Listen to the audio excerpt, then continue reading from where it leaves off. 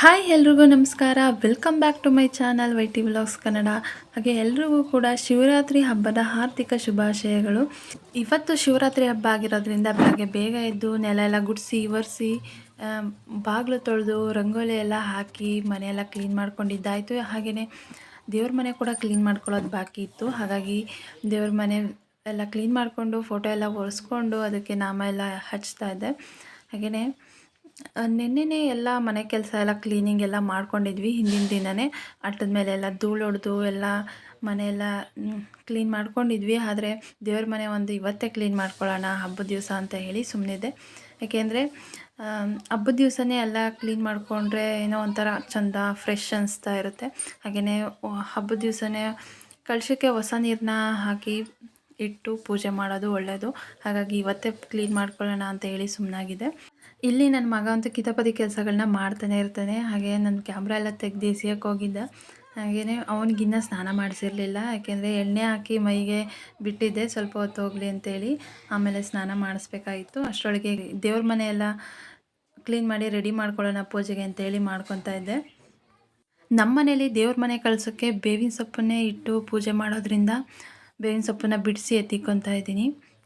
ಮುಂಚೆಯಿಂದನೂ ನಮ್ಮನೆ ದೇವ್ರ ಕಳ್ಸೋಕ್ಕೆ ಬೇವಿನ ಸೊಪ್ಪನ್ನೇ ಇಟ್ಕೊಂಡು ಪೂಜೆ ಮಾಡ್ಕೊಂಡು ಬಂದಿದ್ದಾರೆ. ಹಾಗಾಗಿ ಅದನ್ನೇ ಇಟ್ಟು ಪೂಜೆ ಮಾಡಿಕೊಂಡು ಹೋಗ್ತಾಯಿದ್ದೀವಿ.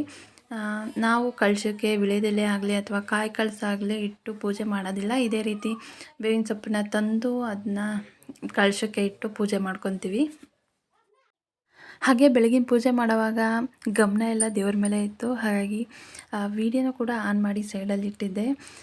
ವಿಡಿಯೋ ರನ್ ಆಗ್ತಿತ್ತು. ಆದರೆ ಕೆಲವೊಂದಷ್ಟು ವೀಡಿಯೋಗಳು ಸೇವ್ ಆಗಿರಲಿಲ್ಲ ಗ್ಯಾಲರಿಲಿ. ಯಾಕೆಂದರೆ ಏನಾಗ್ತಿದೆ ಅಂತ ಗೊತ್ತಾಗಲಿಲ್ಲ ಫೋನ್ಗೆ. ಬೆಳಿಗ್ಗೆ ಪೂಜೆ ಮಾಡಿದ್ದು ಹಾಗೆಯೇ ದೇವರಿಗೆ ನೈವೇದ್ಯಗಳನ್ನ ಮಾಡ್ಕೊಂಡಿದ್ದು ಅದಷ್ಟು ವೀಡಿಯೋಗಳು ಸೇವ್ ಆಗಿರಲಿಲ್ಲ. ಹಾಗಾಗಿ ಬೆಳಗಿನ ಪೂಜೆಗೆ ಪೇಪರ್ ಅವಲಕ್ಕಿ ಪ್ರಸಾದ ಮಾಡಿಕೊಂಡು ಹಾಗೆಯೇ ತಂಬಿಟ್ಟನ್ನ ಮಾಡ್ಕೊಂಡಿದ್ವಿ ಪೂಜೆಗೆ ಆಗೋವಷ್ಟು. ಹಾಗೆಯೇ ಎಳ್ನೀರು ಮತ್ತು ಹಾಲನ್ನ ಮಾತ್ರ ನೈವೇದ್ಯಕ್ಕೆ ಇಟ್ಟು ಪೂಜೆ ಮಾಡ್ಕೊಂಡಿದ್ದೆ. ಬಟ್ ಪೂಜೆ ಮಾಡಿರೋದು ನೈವೇದ್ಯ ಮಾಡ್ಕೊಂಡಿರೋದು ಅದ್ಯಾವುದೂ ವೀಡಿಯೋ ಇರಲಿಲ್ಲ. ಹಾಗಾಗಿ ಇದು ಮಧ್ಯಾಹ್ನ ನಾನು ದೀಪನ ಹಚ್ತಾ ಇದ್ದೀನಿ ಮತ್ತೆ. ಯಾಕೆಂದರೆ ಬೆಳಗ್ಗೆ ಹಚ್ಚಿದ್ದು ದೀಪ ಹಾರೋಗಿತ್ತು. ಹಾಗಾಗಿ ಮತ್ತೆ ಎಣ್ಣೆ ಬಿಟ್ಟು ದೀಪನ ಹಚ್ಕೊತಾ ಇದ್ದೆ. ಸೊ ಇವಾಗ ವಿಶೇಷವಾಗಿ ಇವತ್ತು ಶಿವರಾತ್ರಿ ಆಗಿರೋದ್ರಿಂದ ದೇವ್ರ ಮುಂದೆ ಒಂದು ತೆಂಗಿನಕಾಯಿನ ದೀಪನ ಹಚ್ತಾ ಇದ್ದೀನಿ.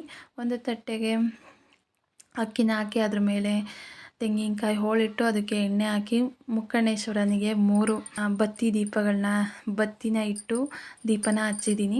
ವಿಶೇಷವಾಗಿ ಇವತ್ತು ಶಿವರಾತ್ರಿ ಹಬ್ಬ ಅಲ್ವಾ, ಹಾಗಾಗಿ ಈ ರೀತಿ ಪೂಜೆನ ಮಾಡಿಕೊಂಡೆ. ಶಿವರಾತ್ರಿ ದಿನ ಶಿವ ಪಾರ್ವತಿಯ ಮದುವೆ ಆದ ದಿನ ಅಂತ ಹೇಳ್ತಾರೆ. ಹಾಗಾಗಿ ಇವತ್ತು ಮನೆಯಲ್ಲಿ ಏನಾದರೂ ಶಿವನ ವಿಗ್ರಹ ಅಥವಾ ಶಿವನ ಒಂದು ಲಿಂಗ ಇದ್ದರೆ ಅದಕ್ಕೆ ಅಭಿಷೇಕ ಮಾಡಿ ಪೂಜೆ ಮಾಡೋದು ತುಂಬ ಅಂದರೆ ತುಂಬ ಒಳ್ಳೆಯದು. ಆದರೆ ನಮ್ಮ ಮನೇಲಿ ಇರಲಿಲ್ಲ. ಹಾಗಾಗಿ ಶಿವನ ಒಂದು ಫೋಟೋ ಇತ್ತು, ಮಂಜುನಾಥ ಸ್ವಾಮಿ ಫೋಟೋ ಇತ್ತು. ಹಾಗಾಗಿ ಫೋಟೋಗೆ ಅಭಿಷೇಕ ಮಾಡೋದಕ್ಕೆ ಬರಲ್ಲ. ಹಾಗಾಗಿ ಫೋಟೋಗೆ ಪೂಜೆ ಮಾಡ್ಕೊಂಡಿದ್ದೀನಿ. ಹಾಗೆಯೇ ಮನೇಲಿ ಹೂ ಕೂಡ ಕಮ್ಮಿ ಇತ್ತು, ಹೂ ತಂದಿರಲಿಲ್ಲ.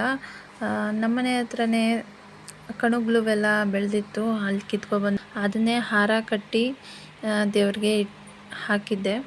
ಆದರೆ ಶಿವನಿಗೆ ನಾನಾ ಥರ ಹೂಗಳಿಗಿಂತ ಒಂದೇ ಒಂದು ಭಕ್ತಿಯಿಂದ ಅರ್ಪಿಸೋ ಒಂದು ಬಿಲ್ಪತ್ರೆ ಅನ್ನೋದು ತುಂಬ ಮುಖ್ಯ. ಅದು ಕೂಡ ತಂದಿರಲಿಲ್ಲ. ಅದು ನಮ್ಮ ತೋಟದಲ್ಲಿ ಒಂದು ಮರ ಇತ್ತು, ಅಲ್ಲೇ ಹೋಗಿ ಕಿತ್ಕೊಬರೋಣ ಅಂತೇಳಿ ಅಂದ್ಕೊಂಡಿದ್ದೆ. ಬೆಳಗ್ಗೆ ಪೂಜೆಗೆಲ್ಲ ಕೆಲಸಗಳಿದ್ವಲ್ಲ, ಹಾಗಾಗಿ ತೋಟದ ಕಡೆ ಹೋಗೋಕ್ಕಾಗಲಿಲ್ಲ. ಪೂಜೆ ಮುಗಿಸ್ಕೊಂಡು ಸಂಜೆ ಅಷ್ಟರೊಳಗೆ ಮತ್ತೆ ಸಂಜೆ ಪೂಜೆ ಮಾಡಬೇಕಲ್ಲ, ಅಷ್ಟರೊಳಗೆ ಹೋಗಿ ಬಿಲ್ಪತ್ರೆ ಕಿತ್ಕೊಂಬರೋಣ ಅಂತ ಅಂದ್ಕೊಂಡೆ. ಹಾಗೆ ಶಿವನ ಅಷ್ಟೋತ್ತರ ಶತನಾಮಾವಳಿ ಹಾಗೆ ಶಿವನ ಸಹಸ್ರನಾಮ ಸ್ತೋತ್ರನ ಹೇಳ್ತಾ ಪೂಜೆನ ಮುಗಿಸಿದ್ದೀನಿ ಇವತ್ತು. ಬೆಳಗ್ಗೆಯಿಂದ ಪೂಜೆ ಎಲ್ಲ ಆಯಿತು ಮಾಡಿದ್ದು. ಆ್ಯಂಡ್ ಇವಾಗ ಟೈಮ್ ಬಂದು ಮಧ್ಯಾಹ್ನ 3 ಗಂಟೆ 2:45 ಆಗಿದೆ. ಸದ್ಯಕ್ಕೆ ಬೆಳಗ್ಗೆಯಿಂದ ಏನೂ ತಿಂದಿಲ್ಲ ಆ್ಯಂಡ್ ನೀರು ಕುಡಿದಿಲ್ಲ. ಇವಾಗ ಸ್ವಲ್ಪ ಎನರ್ಜಿಗೆ ಎಳ್ನೀರು ಕುಡಿಯೋಣ ಅಂತ ಹೇಳಿ ಪೂಜೆ ಎಲ್ಲ ಆಯ್ತಲ್ಲ, ಹಾಗಾಗಿ ನಾನು ಫೀಡ್ ಮಾಡ್ತಿರ್ತೀನಿ ಅವನಿಗೆ. ಹಾಗಾಗಿ ಸ್ವಲ್ಪ ಶಕ್ತಿ ಬೇಕಲ್ಲ, ಹಾಗಾಗಿ ಉಪವಾಸ ಏನು ತಿನ್ನೋಕ್ಕಾಗಲ್ಲ. ಬಟ್ ಎಳ್ನೀರು ಅಥವಾ ನೀರೇನಾದರೂ ಕುಡ್ಕೊಂಡು ಇರೋಣ ಅಂತ ಹೇಳಿ ಅಷ್ಟೇ. ಒಂದು ಪುಟಾಣಿ ಎಳ್ನೀರು ಕೊಟ್ಟರು ನಮ್ಮಮ್ಮ. ಸ್ವಲ್ಪ ಕುಡಿ ಸ್ವಲ್ಪ ಅಂತ ಹೇಳಿ ಸದ್ಯಕ್ಕೆ ಇದನ್ನು ಕುಡಿದು ಸ್ವಲ್ಪ ಎನರ್ಜಿ ಸಿಗಲಿ ಅಂತ ಅಷ್ಟೇ, ಏನಿಲ್ಲ. ಆ್ಯಂಡ್ ಏನೂ ಸುಸ್ತಂತ ಏನು ಅನಿಸ್ತಾ ಇಲ್ಲ, ಚೆನ್ನಾಗಿದ್ದೀನಿ. ಬಟ್ ತೀರಾ ಸುಸ್ತಾಗೋದು ಬೇಡ, ಅವನ್ನ ನೋಡ್ಕೊಬೇಕಲ್ವ ನಾನು, ನನ್ನ ಮಗನ್ನ. ಹಾಗಾಗಿ ಅವನು ಬೇರೆ ತುಂಟ, ಒಂದು ಕಡೆ ನಿಂತ್ಕೊಳ್ಳಲ್ಲ. ಹಾಗಾಗಿ ಸ್ವಲ್ಪ ಎಳ್ನೀರು ಕುಡಿದ್ಕೊಂಡು ಸ್ವಲ್ಪ ಎನರ್ಜಿ ತಗೊಳ್ಳೋಣ ಅಂತ ಹೇಳಿ ಅಷ್ಟೇ. ಆ್ಯಂಡ್ ಸದ್ಯಕ್ಕೆ ಇವಾಗ 3 ಗಂಟೆ ಆಗಿದೆ. ಬೆಳಗ್ಗಿಂದ ಬೇರೆ ಏನೋ ತಿಂದಿಲ್ವಲ್ಲ, ಫಸ್ಟು ಎಳ್ನೀರು ಕುಡಿತೀನಿ.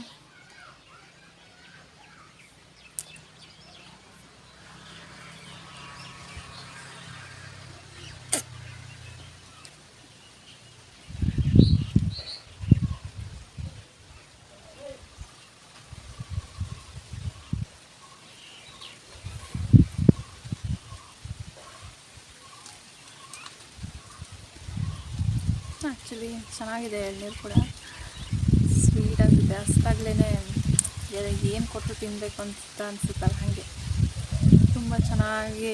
ಇವತ್ತು ಡೈಲಿ ಎಳ್ನೀರು ಕೊಟ್ಟರೆ ಏನು ನೀರು ಕುಡ್ದಂಗೆ ಸಪ್ಪೆ ಸಪ್ಪೆ ಅನಿಸೋದು, ಬಟ್ ಇವತ್ತೇನೋ ಒಂಥರ ಸ್ವೀಟಾಗಿ ಚೆನ್ನಾಗಿದೆ ಅದು.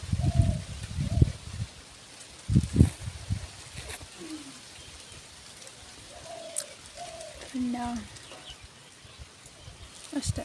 ನೆಕ್ಸ್ಟು ಸಂಜೆ ನನ್ನ ಮಗನ ಕರ್ಕೊಂಡು ಮತ್ತೆ ದೇವಸ್ಥಾನ ಹತ್ರ ಹೋಗಬೇಕು. ಅವನ್ನ ಕರ್ಕೊಂಡು ಹೋಗಿಲ್ಲ, ಅದನ್ನು ಅಭಿಷೇಕ ಎಲ್ಲ ಮಾಡ್ತಾರೆ. ಅಲ್ಲೋದ್ಮೇಲೆ ದೇವಸ್ಥಾನಕ್ಕೆ ಹೋದ್ಮೇಲೆ ವ್ಲಾಗ್ನ ಕಂಟಿನ್ಯೂ ಮಾಡ್ತೀನಿ.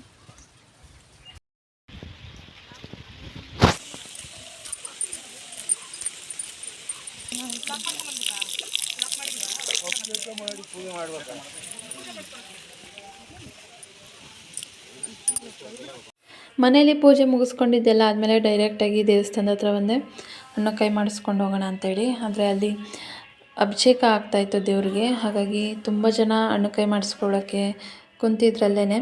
ಹಾಗೆ ನಾನು ಕೂಡ ಅಲ್ಲೇ ಸ್ವಲ್ಪ ಹೊತ್ತು ಕುಂತಿದ್ದು, ಅಭಿಷೇಕ ಎಲ್ಲ ಮುಗಿಸಿ ಹಣ್ಣು ಕೈ ಮಾಡಿಸ್ಕೊಂಡು ಸ್ವಲ್ಪ ಹೊತ್ತು ಅಲ್ಲೇ ದೇವಸ್ಥಾನದ ಹತ್ರನೇ ಇದ್ದೆ. ಪ್ರಸಾದ ಎಲ್ಲ ಕೊಟ್ಟರು, ಅದನ್ನೆಲ್ಲ ಇಸ್ಕೊಂಡು ಮನೆಗೆ ಕೊಡೋಣ ಅಂತ ಹೇಳಿ, ಮನೆಯವ್ರು ಯಾರು ಇನ್ನೂ ದೇವಸ್ಥಾನದ ಹತ್ರ ಬಂದಿರಲಿಲ್ಲ, ಮನೆಯಲ್ಲೇ ಇದ್ದರು. ಹಾಗಾಗಿ ಅವರಿಗೆ ಪ್ರಸಾದ ಕೊಡೋಣ ಅಂತೇಳಿ ನಾನೇ ಇಸ್ಕೊಂಡೆ.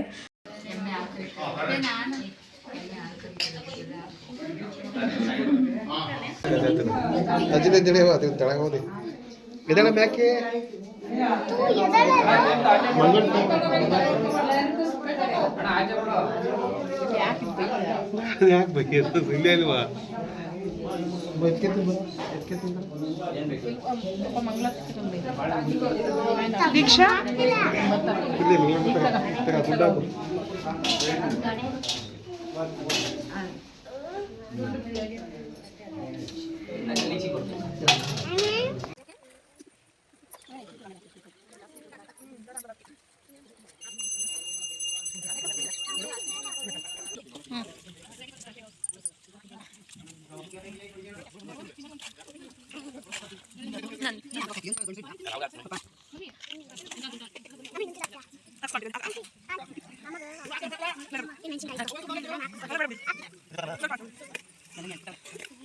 ದೇವಸ್ಥಾನದಲ್ಲಿ ಪೂಜೆನ ಮುಗಿಸ್ಕೊಂಡು ಡೈರೆಕ್ಟಾಗಿ ನಮ್ಮ ತೋಟದ ಹತ್ರ ಹೋಗ್ತಾ ಇದ್ದೀನಿ, ಬಿಲ್ಪತ್ರೆನ ಹುಡಿಕೊಂಡು.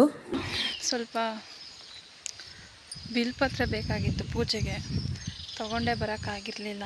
ಅಂತ ಇವಾಗ ಸಂಜೆ ದೇವಸ್ಥಾನಕ್ಕೆ ಹೋಗಬೇಕು, ಹಾಗಾಗಿ ಮತ್ತೆ ಬಿಲ್ಪತ್ರೆ ಎಲ್ಲ ಹುಡಿಕೊಂಡು ಬಂದಿದ್ದೀನಿ. ಮುಳ್ಳೆಲ್ಲ ಇದೆ, ಬರಿಗಾಲಲ್ಲಿ ಬೇರೆ ಇದ್ದೀನಿ. ಏನು ಮುಳ್ಳೆ ಎಳಿದು ಮುಟ್ಟಿರ್ಮುನಿ ಸೊಪ್ಪು ಅದಿದೆ, ಇಲ್ಲಿ ಜಾಸ್ತಿ ಬೆಳ್ಕೊಂಬಿಟ್ಟಿದೆ. ಬರಿಗಾಲಲ್ಲಿ ಬಂದುಬಿಟ್ಟೆ ದೇವಸ್ಥಾನದಿಂದ. ಈ ದೇವಸ್ಥಾನಕ್ಕೆ ಅಂತ ಬಿಲ್ಪತ್ರೆ ಮರ ನಮ್ಮ ತೋಟದಲ್ಲಿದೆ, ಅಲ್ಲಿಂದ ಕಿತ್ಕೊಂಡು ಹೋಗೋಣ ಅಂತ ಬಂದೆ. ಬಟ್ ಇದೆಲ್ಲ ಮುಟ್ಟಿರ್ಮುನಿ ಸೊಪ್ಪಿನ ಗಿಡ, ಮುಳ್ಳು.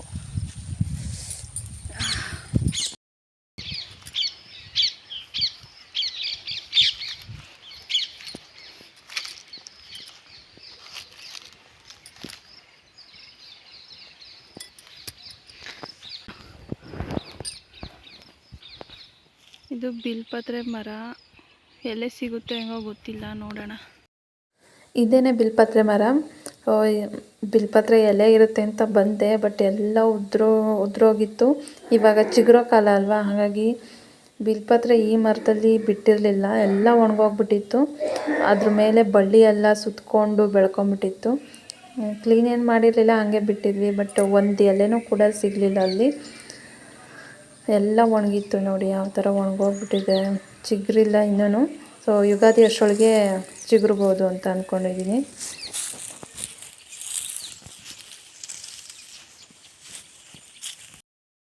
ಪೂಜೆಗೆ ಬಿಲ್ಪತ್ರೆ ಬೇಕಾಗಿತ್ತು. ನಮ್ಮ ತೋಟದಲ್ಲೇ ಬಿಲ್ಪತ್ರೆ ಮರ ಇದೆ ಅಂತ ಹೇಳಿ ಬಂದೆ. ಏನಕ್ಕೋ ಫುಲ್ಲು ಒಣಗೋಗ್ಬಿಟ್ಟಿದೆ. ಒಂದೇ ಒಂದು ಎಲೆನೂ ಕೂಡ ಹುಡ್ಕಿದ್ರು ಸಿಗಲಿಲ್ಲ. ಬೇಜಾರಾಯಿತು. ಯಾಕೋ ಗೊತ್ತಿಲ್ಲ, ಒಣಗೋಗ್ಬಿಟ್ಟಿದೆ. ಕೈಗೆ ಎಟ್ಕೋಸು ಚಿಕ್ಕ ಮರ ಇನ್ನು. ಇವಾಗ ಎಲ್ಲೂ ಬಿಲ್ಪತ್ರೆ ಸಿಗಲ್ಲ. ಅಲ್ಲಿ ದೇವಸ್ಥಾನದ ಹತ್ರನೇ ಒಂದು ಬಿಲ್ಪತ್ರೆ ಮರ ಐತೆ, ಅದು ದೊಡ್ಡದು. ಅದ್ರಲ್ಲಿ ಕೀಳೋಕ್ಕಾಗಲ್ಲ.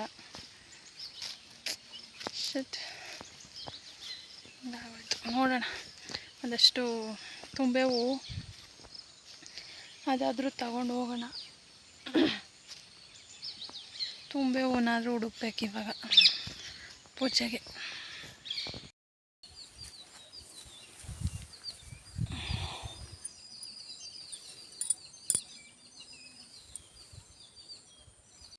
ಕೊನೆಗೂ ಶಿವನ ಪೂಜೆಗೆ ಬಿಲ್ಪತ್ರೆ ಸಿಗಲೇ ಇಲ್ಲ ಶಿವರಾತ್ರಿ ದಿನ.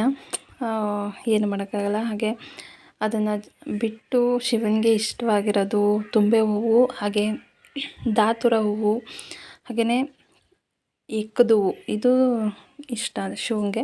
ಅದೆಲ್ಲ ಮನೆ ಹತ್ರನೇ ಇತ್ತು, ಹಾಗಾಗಿ ಅದನ್ನು ತಗೊಂಡು ಹೋಗಿದ್ದೆ. ಬಟ್ ಮೇಯ್ನಾಗಿ ಬಿಲ್ಪತ್ರೆ ಒಂದು ಸಿಗಲಿಲ್ಲ ನನಗೆ. ಅದಂತೂ ಸಖತ್ ಬೇಜಾರಾಯಿತು. ಬಿಲ್ಪತ್ರೆ ಅರ್ಪಿಸೋಕ್ಕಾಗಲಿಲ್ವಲ್ಲ ಇವತ್ತು ಅಂತೇಳಿ. ಏನಾಗೋತ್ತಿಲ್ಲ, ನಮ್ಮೂರಲ್ಲಿ ಇರೋ ಒಂದು ದೇವಸ್ಥಾನದ ಮುಂದೆನೂ ಒಂದಿತ್ತು, ಅದು ಕೂಡ ಫುಲ್ಲು ಒಣಗೋಗ್ಬಿಟ್ಟಿತ್ತಪ್ಪ. ಏನಂತ ಗೊತ್ತಿಲ್ಲ. ಬಟ್ ಚಿಗುರಕಾಲ ಅಲ್ವಾ, ಹಾಗಾಗಿ ಕೆಲವೊಂದು ಮರಗಳು, ಬಿಲ್ಪತ್ರೆ ಮರಗಳು ಉದುರೋಗಿರ್ತವೆ ಎಲೆ. ಇವಾಗ ಯುಗಾದಿ ಹತ್ತತ್ರ ಬರೋವಾಗ ಚಿಗುರಿದ್ಕೊತವೆ ಅಂತ ಅಂದ್ಕೊಂಡೆ. ಹಾಗೆ ತೋಟದಿಂದ ಮತ್ತೆ ದೇವಸ್ಥಾನದ ಹತ್ರನೇ ಬಂದೆ. ದೇವಸ್ಥಾನದ ಹತ್ರ ಬಂದಾಗ ಜನ ಎಲ್ಲ ಕಮ್ಮಿ ಆಗಿದ್ರು, ಫ್ರೀ ಆಗಿತ್ತು. ಹಾಗಾಗಿ ದೇವ್ರಿಗೆ ನಮಸ್ಕಾರ ಮಾಡಿಕೊಂಡು, ಹಾಗೆ ನಮ್ಮ ಅಮ್ಮನೂ ಮತ್ತು ನನ್ನ ಮಗನ ಇಬ್ಬರು ಬಂದಿದ್ದರು. ಅವರು ಪೂಜೆ ಮಾಡಿಸ್ಕೊಂಡು ಕುಂತಿದ್ರು ಅವರು ಕೂಡ. ಅದಾದಮೇಲೆ ಪೂಜೆ ಮುಗಿಸ್ಕೊಂಡು ಮನೆಗೆ ಹೋದ್ವಿ. ನಿಧಾನ ಕೇಳಿ ಬಾ.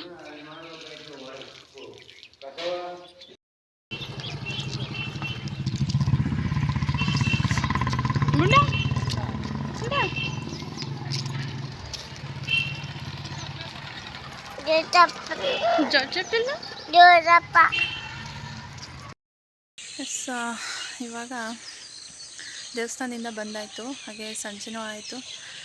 ಹಾಲು ಕರೆದ್ರು, ಅವ್ರಿಗೆಲ್ಲ ಕಾಫಿ ಮಾಡಿಕೊಟ್ಟು ಬಂದೆ. ನನ್ನ ಮಗನಿಗೂ ಕೂಡ ಸ್ವಲ್ಪ ಹಾಲು ಕಾಯಿಸ್ಬಿಟ್ಟು ಅವನಿಗೂ ಕುಡಿಸಿ. ಬಟ್ ನನಗೆ ಏನೋ ತಿಂದಿಲ್ಲ, 2 ಗ್ಲಾಸ್ ನೀರು ಕುಡಿದಿದ್ದೀನಿ ಇವಾಗ. ಬೆಟರ್, ಓಕೆ, ಏನಂತ ಏನಿಲ್ಲ, ಚೆನ್ನಾಗಿದ್ದೀನಿ. ಬಟ್ ಏನು ಗೊತ್ತಾ, ಈ ಪ್ರೆಗ್ನೆಂಟ್ ಲೇಡೀಸ್ ಆಗಲಿ ಅಥವಾ ಹಾಲು ಕುಡಿಸೋಂಥ ಅಮ್ಮಂದರು, ಇಲ್ಲಾಂದರೆ ಹಿರಿಯೋರು ಇರ್ತಾರಲ್ಲ, ವಯಸ್ಸಾದವರು, ಅಂಥವ್ರು ಈ ಥರ ಉಪವಾಸ ಇರಬೇಕು ಅಂದರೆ ಕಷ್ಟ ಆಗುತ್ತೆ. ಅವರು ಅಂಥವ್ರು ಸ್ವಲ್ಪ ಫಲಾಹಾರ, ಹಣ್ಣು, ತರಕಾರಿ, ಹಸಿದು ಈ ಥರ ತಿಂದು ಉಪವಾಸ ಇರ್ಬೋದು. ಉಪವಾಸ ಅಂತ ಬಂದರೆ ಎಷ್ಟೋ ಸಲ ನಾವು ಉಪವಾಸ ಇರ್ತೀವಿ ಅಂದರೆ ಕಾರಣ ಇಲ್ಲದೆ, ಏನೋ ಒಂಥರ ಬೆಳಗ್ಗೆ ಟಿಫನ್ ತಿಂದೆ ಏನೋ ಅವಸರವಾಗಿ ಕೆಲ್ಸಕ್ಕೆ ಹೋಗಿರ್ತೀವಿ, ಏನೋ ಒಂದು ಮಾಡ್ಕೊಂಡಿರ್ತೀವಿ, ತಿಂಡಿ ಮಾಡೋದು, ಊಟ ಮಾಡೋದೆಲ್ಲ ಮರ್ತ್ಬಿಟ್ಟಿರ್ತೀವಿ. ಅಂಥ ಟೈಮಲ್ಲಿ ಏನು ಅನಿಸಲ್ಲ. ಬಟ್ ನಮಗೆ ಅಂತ ಹೇಳಿ, ಒಂದು ಭಕ್ತಿಯಿಂದ ದೇವ್ರಿಗೆ ಅಂತ ಹೇಳಿ ಉಪವಾಸ ಇರ್ತೀವಲ್ಲ, ಅದು ಒಂಥರ ಏನು ಹೇಳ್ತಾರೆ, ದೇವ್ರಿಗೆ ಒಂದಿನ ಉಪವಾಸ ಇದೆ, ಈ ರೀತಿ ಶಿವರಾತ್ರಿ ದಿನ ಉಪವಾಸ ಇರೋದು ಒಂಥರ ಒಳ್ಳೆಯದು. ಬಟ್ ಈ ನಿರ್ಜಲ ಉಪವಾಸ ಅಂತ ಹೇಳ್ತಾರಲ್ಲ, ಅಂದರೆ ಒಂದು ಹನಿ ನೀರು ಕೂಡ ಕುಡಿದೇ ಇರೋ ಥರ ಉಪವಾಸ ಇರೋದು, ಆ ಥರ ಉಪವಾಸ ಇರೋದು ಸ್ವಲ್ಪ ಕಷ್ಟನೇ. ನಾನು ಇರ್ತಿದ್ದೆ, ಬಟ್ ಫುಲ್ಲು ಎನರ್ಜಿ ಡೌನ್ ಆಗುತ್ತೆ, ಧಾವ ಆಗ್ತಿರುತ್ತೆ. ಬಿಸಿಲು ಬೇಸಿಗೆ ಹತ್ರ ಬರ್ತಿದೆಯಲ್ಲ, ಇವಾಗಲೇ ಮಧ್ಯಾಹ್ನ ಹೊತ್ತು ಪೂಜೆ, ಮನೆ ಕೆಲಸ ಎಲ್ಲ ಇರುತ್ತಲ್ವ, ನೀರು ಕುಡಿದೇ ಉಪವಾಸ ಇರ್ತೀವಿ ಅಂತ ಅಂದರೆ ಸ್ವಲ್ಪ ಕಷ್ಟ ಇರ್ಬೋದು. ಬಟ್ ಕಷ್ಟ ಆಗುತ್ತೆ. ನಾನು ಅವನಿಗೆ ಫೀಡ್ ಮಾಡ್ತಿರ್ತೀನಿ ಅಲ್ವಾ, ಹಾಗಾಗಿ ಸ್ವಲ್ಪ ಎನರ್ಜಿ ಬೇಕು. ಅವನ್ನ ನೋಡ್ಕೊಳ್ಳೋದಕ್ಕೆ ನನಗೆ ಸ್ವಲ್ಪ ಎಕ್ಸ್ಟ್ರಾ ಎನರ್ಜಿನೇ ಬೇಕು. ಹಾಗಾಗಿ ನೀರು ಮತ್ತು ಎಳ್ನೀರು ಇದ್ರ ಮೂಲಕ ಉಪವಾಸ ಮಾಡಿದ್ದೀನಿ. ನೋಡೋಣ ನೈಟು ಯಾವ ರೀತಿ ಜಾಗರಣೆ ಹಿಂಗಾಗುತ್ತೋ ಗೊತ್ತಿಲ್ಲ. ಏಕೆಂದರೆ ಅವನ್ನ ಮನಗಿಸ್ಬೇಕು, ಅವ್ನು ಮಲಗಿರ್ತಾನೆ ಅಂಥ ಟೈಮಲ್ಲಿ ನಾನು ಎಲ್ಲೂ ಹೋಗೋಂಗಿಲ್ಲ, ಅವ್ನ ಪಕ್ಕನೇ ಇರಬೇಕು. ಎದ್ದೊಳ್ತಾ ಇರ್ತಾನೆ ಆವಾಗವಾಗ. ನೈಟ್ ಟೈಮೇ ಅವ್ನು ಜಾಸ್ತಿ ಫೀಡಿಂಗ್ ತೊಗೊಳ್ಳೋದು.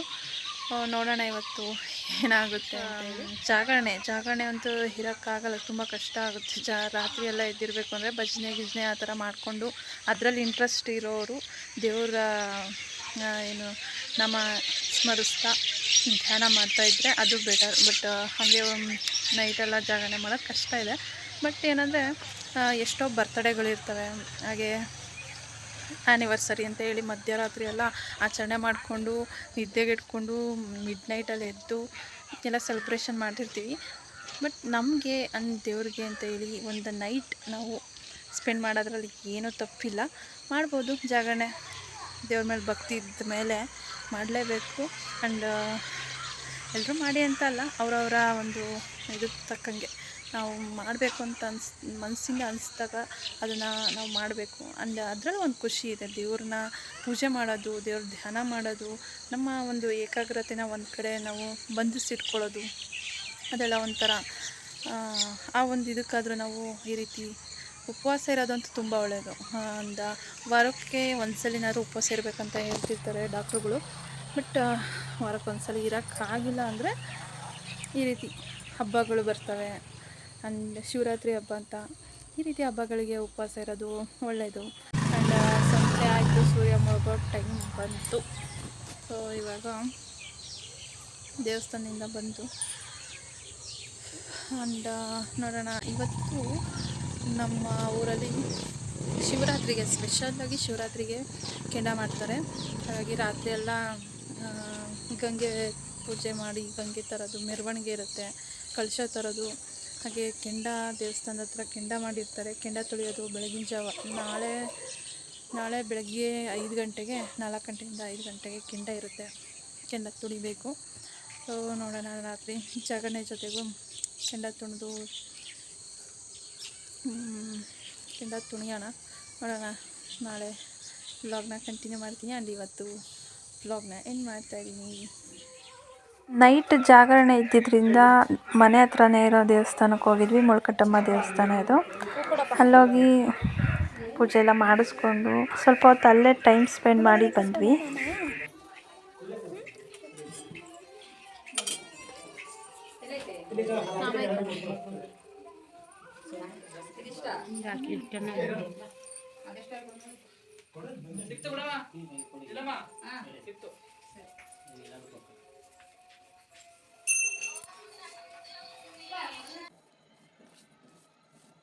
ಹಾಗೆ ಅವತ್ತಿನ ರಾತ್ರಿ ನೈಟೆಲ್ಲ ಜಾಗರಣೆ ಇದ್ದಿದ್ದಂತೂ ತುಂಬ ಕಷ್ಟ ಅಂತ ಅನಿಸ್ತು.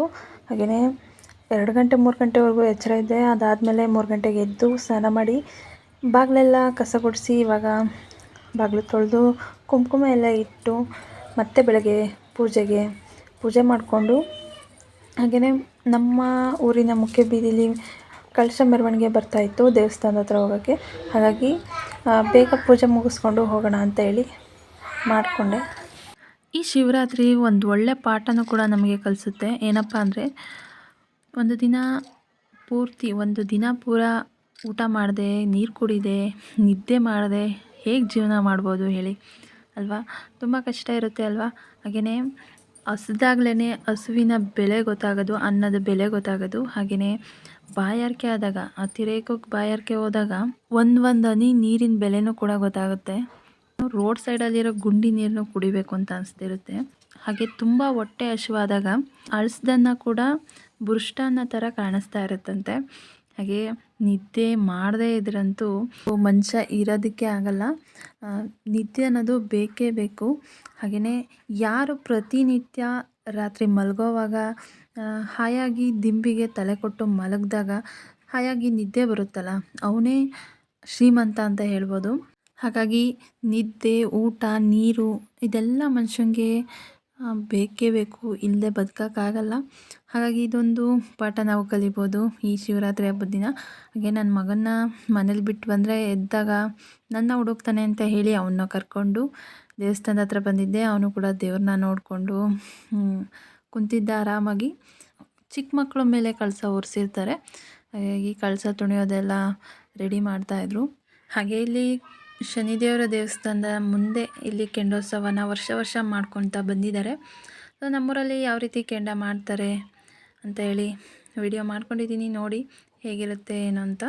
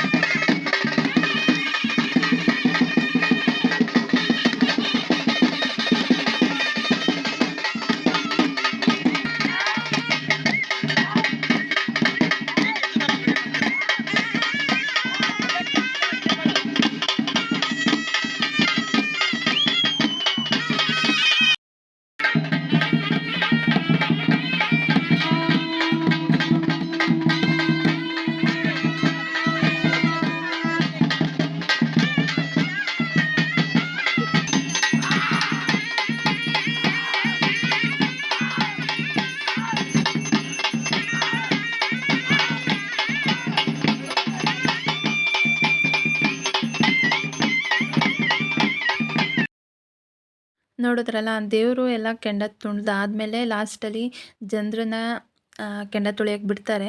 ಸೊ ನಾವು ತುಳಿಯೋವಾಗ ಕರೆಂಟ್ ಬೇರೆ ಹೋಯಿತು, ಹಾಗಾಗಿ ಕಾಣಿಸ್ತಿಲ್ಲ. ಹಾಗೆ ನಾನು ಕೂಡ ಕೆಂಡ ತುಳಿದೆ. ಸೊ ನೋಡಿ ಬರ್ತಾಯಿದ್ದೀನಿ ತುಳಿದು. ಕರೆಂಟ್ ಇಲ್ಲದೆ ಇರೋದ್ರಿಂದ ಅಷ್ಟು ಕ್ಲಿಯರಾಗಿ ಕಾಣಿಸಿಲ್ಲ, ಬಟ್ ತುಳಿದು ಬಂದಿದ್ದೀನಿ ನಾನು. ಆ್ಯಂಡ್ ಒಂದು ಸ್ವಲ್ಪನೂ ಕೂಡ ನನಗೆ ಸುಡಲಿಲ್ಲ ಕಾಲು. ಕೆಂಡ ತುಳಿದ್ಮೇಲೆ ದೇವಸ್ಥಾನದೊಳಗೆ ಹೋಗಿ ಮಂಗಳಾರತಿ ತೊಗೊಂಡ್ವಿ.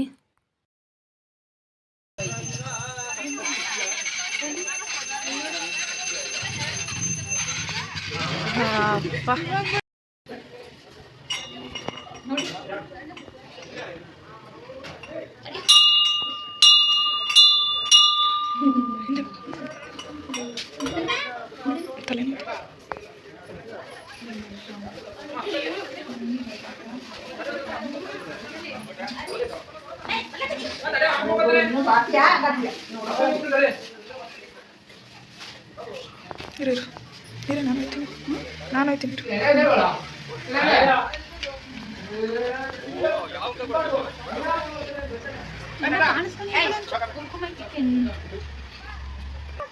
ಎತ್ಕೋತೀನಿ ಇರು.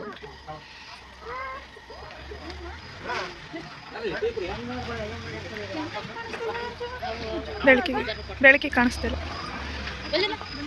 ಹಾಗೆ ಇವಾಗ ಮನೆಗೆ ಕೂಡ ಹೊರಟ್ವಿ. ಬೆಳಗಿನ ಜಾವ 5 ಗಂಟೆ 5:30 ಹತ್ತತ್ರ ಆಗಿತ್ತು.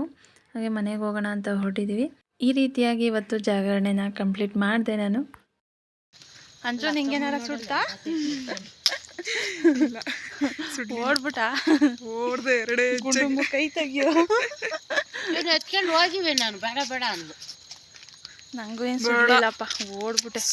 ಅಂದ್ರೆ ರಾವಿಗೆ ಹೆದರ್ಕೋತಾರೆ ಮಕ್ಕಳು. ನನಗೆ ಎಷ್ಟು 6-7 ಜನ ಹೋಗತ್ತೆ ಅಂದ್ಕೊಂಡು ಹಂಗೇ ನಿಂತಿದೆ. ರಾವ್ ಹೊಡಿತಿತ್ತಲ್ಲ, ಹೋಗೋಣ ಬೇಡ ಅಂತ. ಅಕ್ಕಪಕ್ಕ ಯಾರಾದ್ರೂ ಇದ್ರೆ ಹೋಗಕ್ಕೆ ಭಯ.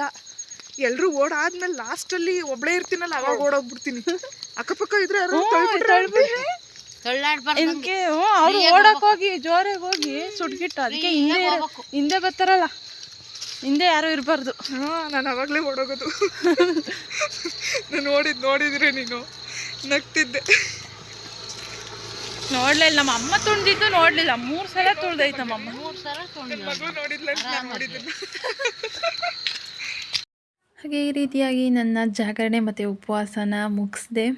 ಒಟ್ಟಿನಲ್ಲಿ ಖುಷಿ ಅಂತ ಅನ್ನಿಸ್ತು. ಆ್ಯಂಡ್ ಪೂರ್ತಿ ಉಪವಾಸ, ಪೂರ್ತಿ ಜಾಗರಣೆ ಎಲ್ಲ ಮಾಡಿದ್ದು.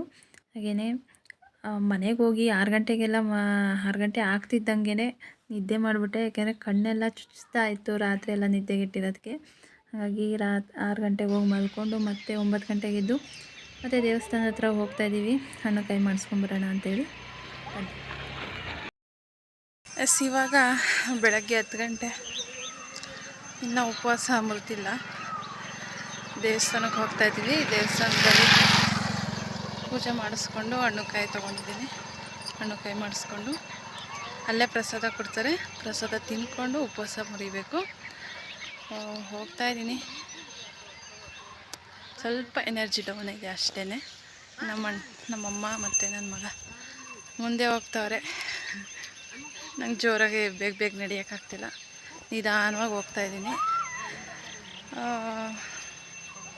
ಅಲ್ಲೇ ಪ್ರಸಾದ ತಿಂದು ಪೂಜೆ ಮಾಡಿಸ್ಕೊಂಡು ಬರಬೇಕು ಮನೆಗೆ ಅಷ್ಟೇ. ರಾತ್ರಿ ಕೆಂಡ ತುಳಿಯುವಾಗ ನಮ್ಮೂರಲ್ಲಿರೋ ಮೆರೆಸೋ ದೇವ್ರುಗಳ್ನ ಕರೆಸಿದ್ರು. ಹಾಗಾಗಿ ಆ ದೇವ್ರುಗಳನ್ನೆಲ್ಲ ಅಲ್ಲೇ ಕೂರಿಸಿದ್ರು. ಅಲ್ಲೋಗಿ ಹಣ್ಣು ಕಾಯಿ ಮಾಡಿಸ್ಕೊಳ್ಳೋಣ ಅಂತೇಳಿ ಹೋಗ್ತಿದ್ವಿ. ಹಾಗೆ ಅಲ್ಲೇ ಊಟ ಕೂಡ ಕೊಡ್ತಿದ್ದಾರೆ. ಊಟ ಮಾಡಿಕೊಂಡು ಮನೆಗೆ ಬರೋದಷ್ಟೇ.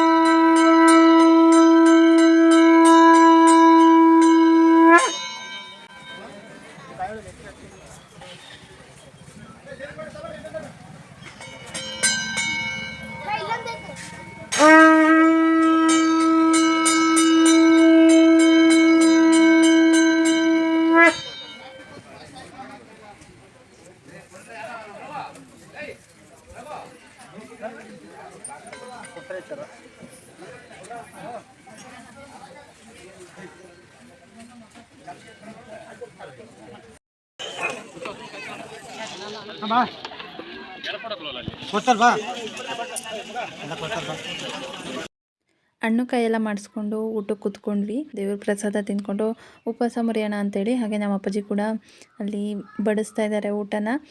ದೇವ್ರ ಕಾರ್ಯ ಅಂದಾಗ ಮನೆಯವರಲ್ಲಿ ಒಬ್ಬರಾದರೂ ಹೋಗಿ ದೇವ್ರ ಕಾರ್ಯದಲ್ಲಿ ಭಾಗಿಯಾಗಬೇಕು, ಒಳ್ಳೆಯದಲ್ವಾ. ಹಾಗಾಗಿ ಅಪ್ಪಾಜಿ ಕೂಡ ಹೋಗಿದ್ರು. ಹಾಗೆ ನಾನು ಕೂಡ ಪ್ರಸಾದ ತಿಂತ ಉಪವಾಸನ ಮುರಿದಿದ್ದೀನಿ.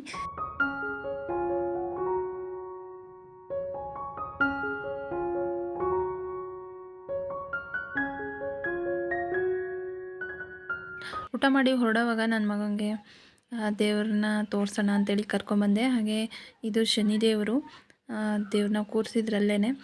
ಸೊ ಶನಿದೇವರ ದೇವಸ್ಥಾನ ಇದು ಕೂಡ, ಹಾಗಾಗಿ ಅಲ್ಲೇ ಕೂರಿಸಿದ್ರು. ಹಾಗೆ ಕೈ ಮುಕ್ಕೊಂಡು ಮನೆಗೆ ಹೋಗೋಣ ಅಂತ ಹೇಳಿ ಹೊರಟಿದ್ವಿ. ಹಾಗೆಯೇ ಊಟ ಮಾಡಿದ್ಮೇಲೆ ಅಂತೂ ತುಂಬ ಸುಸ್ತಾಗೋಯ್ತು, ನಡೆಯೋಕ್ಕೂ ಆಗ್ತಿರ್ಲಿಲ್ಲ, ಅಷ್ಟು ಸುಸ್ತು ಅನಿಸ್ತಿತ್ತು. ಹಾಗಾಗಿ ನಿಧಾನವಾಗಿ ನಡ್ಕೊಂಡು ಮನೆಗೆ ಹೋದ್ವಿ. ಮನೆಗೆ ಹೋದ್ಮೇಲೆ ಸ್ವಲ್ಪ ಹೊತ್ತು ರೆಸ್ಟ್ ಮಾಡಿ ನಿನ್ನೆ ಮಾಡಿದ್ದಂಥ ತಂಬಿಟ್ಟನ್ನ ತಿನ್ಕೊತ ಕೂತಿದ್ದೆ. ಇವಾಗ ದೇವಸ್ಥಾನದಿಂದ ಬಂದ ಮೇಲೆ ಚೆನ್ನಾಗಿ ಮಲ್ಕೊಂಬಿಟ್ಟೆ, ನಿದ್ದೆ ಮಾಡಿಬಿಟ್ಟೆ. ಹಾಗಾಗಿ ಬ್ಲಾಗ್ ಮಾಡಲಿಲ್ಲ. ದೇವಸ್ಥಾನಕ್ಕೆ ಹೋಗಿ ಊಟ ಮಾಡಿದ್ಮೇಲಂತೂ ಉಪವಾಸ ಇದ್ದಿದ್ದಕ್ಕಿಂತ ಹೆಚ್ಚಾಗಿ ಸುಸ್ತಾಯಿತು. ನಡ್ಕೊಂಬರೋಕ್ಕೆ ಆಗ್ತಿರ್ಲಿಲ್ಲ ಮನೆಗೆ. ಊಟ ಮಾಡಿ ಎಷ್ಟು ಸುಸ್ತು ಅನಿಸ್ತಿತ್ತು, ಮೈಕೈ ಎಲ್ಲ ಪೇಯ್ನ್ ಅನಿಸ್ತಿತ್ತು. ಹಾಗೆಯೇ ನೈಟ್ ಜಾಗರಣೆ ಅಂತೂ ತುಂಬ ಕಷ್ಟ ಆಗೋಯಿತು. 12 ಗಂಟೆವರೆಗೂ ಮನೆಯವರೆಲ್ಲ ಎಚ್ಚರ ಇದ್ದರು. ಆಮೇಲೆ 12 ಗಂಟೆ ಆದಮೇಲೆ 1-2 ಅವರು ಫೋನಲ್ಲಿ ಈ ಒಂದಷ್ಟು ದೇವರ ಸ್ತೋತ್ರಗಳು, ಶಿವನ ಸ್ತೋತ್ರಗಳನ್ನ ಕೇಳ್ಕೊತ ಟೈಮ್ ಪಾಸ್ ಮಾಡಿದೆ. ಅದಾದಮೇಲೆ ಒಂದಷ್ಟು ಹರಿಕಥೆಗಳನ್ನ ಕೇಳಿದೆ. ಹರಿಕಥೆ ಕೇಳಿಕೊಂಡು ಟೈಮ್ ಪಾಸ್ ಆಯಿತು 1-2 ಅವರು. ಅದಾದಮೇಲೆ 1 ಅವರ್ 2 ಗಂಟೆವರೆಗೂ, ಇನ್ನು 2 ಗಂಟೆ ಮೇಲೆ ಇನ್ನು 1 ಅವರ್ ಅಂತೂ ಸಖತ್ ಕಷ್ಟ ಆಯಿತು ಜಾಗರಣೆ ಇರೋದು. ತುಂಬ ನಿದ್ದೆ ಬರೋದು, ತೂಕಟಿಗೆ ಬರೋದು ಎಲ್ಲ ಆಗ್ತಿತ್ತು. ಯಾಕೆಂದರೆ ಒಬ್ಬಳೇ ಅಲ್ವಾ, ಯಾರಾದರೂ ಇದ್ದಿದ್ರೆ ಅವನು ಎದ್ದೊಳ್ತಾನೆ ಅಂತ ಹೇಳಿ ಹಾಗಾಗಿ ಮನೇಲಿ ಎದ್ದಿಲ್ಲ. ಅಂದರೆ ಊರಲ್ಲಿ ಮೆರವಣಿಗೆ ಅದು ಇದು ಏನೇನೋ ಶಾಸ್ತ್ರಗಳು ಅದು ಇದು ಮಾಡ್ತಾ ಇರೋರು, ಅಲ್ಲಿಗೆ ಹೋಗಿದ್ರೆ ಏನೋ ಅನಿಸ್ತಿರ್ಲಿಲ್ವೇನೋ. ಬಟ್ ಮನೇಲಿ ಇದ್ನಲ್ಲ, ತುಂಬ ತೂಡಿಕೆ ಬಂತು. ತೂಡಿಕೆ ಬಂದಾಗ ಎದ್ದೋಗಿ ಒಂದು ಸ್ವಲ್ಪ ಕಣ್ಣಿಗೆಲ್ಲ ನೀರು ಹಾಕ್ಕೊಂಡು ಒಂದು ಸ್ವಲ್ಪ ಹೊತ್ತು ವಾಕ್ ಮಾಡಿ ಗಾಳಿಗೆ ಹೋಗಿ ಮತ್ತೆ ಕೂತ್ಕೊಂಡಿದ್ದೆ. ಅದಾದಮೇಲೆ 3 ಗಂಟೆಗೆಲ್ಲ ಮತ್ತೆ ನಮ್ಮ ಊರಿನ ಮುಖ್ಯ ಬೀದಿಲಿ ಕಳಶ ಮೆರವಣಿಗೆ ಬಂದವು. ಹಾಗಾಗಿ ಮನೆ ಹತ್ರ ಬತ್ತಿದಂಗೆ ನಾನು 3:15 ಎದ್ದು ಸ್ನಾನಕ್ಕೆ ಹೋಗಿ ಸ್ನಾನ ಮಾಡಿಕೊಂಡು ಮನೇಲಿ ಪೂಜೆ ಮಾಡಿ, ಅದಾದಮೇಲೆ ದೇವಸ್ಥಾನದ ಹತ್ರ ಹೋದೆ. ಕೆಂಡ ಮಾಡ್ತಾರೆ ಅಂತ ಹೇಳಿ ಕೆಂಡ ತೊಳೆಯೋಕ್ಕೆ ಅಲ್ಲೋಗಿ ಕೆಂಡ ತೊಳೆದು ಬಂದು ಊಟ ಮಾಡಿ ಮಲ್ಕೊಂಡೆ. ತುಂಬ ಸುಸ್ತು ಅನಿಸ್ಬಿಡ್ತು. ಉಪವಾಸ ಇದ್ನಲ್ಲ, ನೆನ್ನೆಗಿಂತ ಇವತ್ತು ಊಟ ಮಾಡಿದ್ಮೇಲಂತೂ ಜಾಸ್ತಿನೇ ಸುಸ್ತಾಗೋಯ್ತು. ಮೈಕೈಲ್ಲ ಒಂಥರ ಭಾರ ಅಂತ ಅನಿಸೋ ಥರ. ಆ್ಯಂಡ್ ಇದು ಇಷ್ಟು ಶಿವರಾತ್ರಿ ವ್ಲಾಗ್. ಆ್ಯಂಡ್ ಈ ವ್ಲಾಗ್ ಇಷ್ಟ ಆಗಿರುತ್ತೆ ಅಂತ ಅಂದ್ಕೊತೀನಿ. ಆ್ಯಂಡ್ ಯಾರೆಲ್ಲ ಸಬ್ಸ್ಕ್ರೈಬ್ ಮಾಡದೆ ವೀಡಿಯೋ ನೋಡ್ತಾಯಿದ್ದೀರಾ, ಸಬ್ಸ್ಕ್ರೈಬ್ ಮಾಡ್ಕೊಳ್ಳಿ, ಹಾಗೆಯೇ ಸಪೋರ್ಟ್ ಮಾಡಿ. Thank you.